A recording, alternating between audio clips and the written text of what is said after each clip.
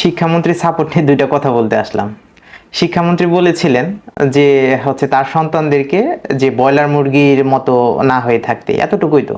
তিনি চেয়েছিলেন দেশি মুরগির মতো আচরণ করে যাতে তার সন্তানরা, কারণ তিনি ভালোবাসেন বিধায়, তিনি তার সন্তানদের ভালো চেয়েছেন বিধায় তিনি ব্রয়লার মুরগির মতো করে রাখতে চাননি।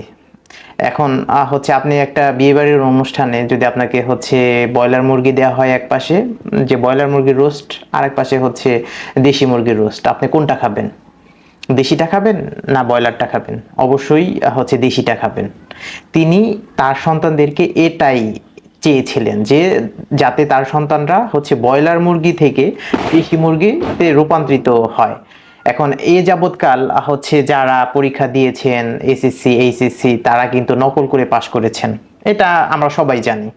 এখন তিনি কঠোর হয়েছেন এবং তিনি তার সন্তানদেরকে চেয়েছেন সমস্ত প্রতিকূলতা থেকে বেড়ে উঠতে পারে, পরীক্ষা দিতে পারে। হয়তো বৃষ্টি ছিল, অনেক বৃষ্টির কারণে পানি জমেছিল, তাদের সময় তারা পরীক্ষা দিয়েছেন। আমার সময়ের কথাই আমি বলি, যখন আমি পড়াশোনা করতাম তখন দেখা গেছে যখন বন্যা হইতো তখন স্কুল ড্রেস আলাদা করে নিয়ে যেতে হইতো, এবং আরেকটা ড্রেস পরে সেটা ভিজিয়ে তারপরে যেতে হইতো।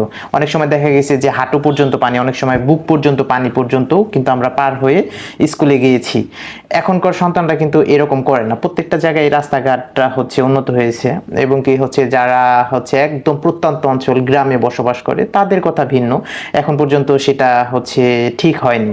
এটাও কিন্তু সেই আমাদের যারা ব্রয়লার মুরগি বলে শিক্ষামন্ত্রীর মতো মানুষ যারা আছেন, তাদের ব্যর্থতার কারণেই কিন্তু আজকে আমাদের দেশের জনগণ, আমাদের স্টুডেন্টরা, তারা এই পজিশনে এসেও সেই সুবিধাটা পাননি। রাস্তাঘাট এখন উন্নত হয়নি, এখন এটা তাদের ব্যর্থতা। কিন্তু তারা চেষ্টা করতেছে এখনকার প্রজন্মদের, যাতে করে তাদের কি বলে ব্রয়লার মুরগির কথা যেটা বলেছে আর কি, ব্রয়লার মুরগির প্রসঙ্গে আসি। তিনি চেয়েছেন যাতে তার সন্তানরা দেশি মুরগি হোক, দেশি মুরগির মতো সমস্ত প্রতিকূলতায় টিকে থাকতে পারে, এটাই তো চেয়েছিলেন, আর তো কিছু না। এখন আপনারা চিন্তা করুন, আসলে আপনারা ব্রয়লার মুরগি খাবেন না দেশি মুরগি খাবেন, কমেন্ট করে আমাকে জানাবেন।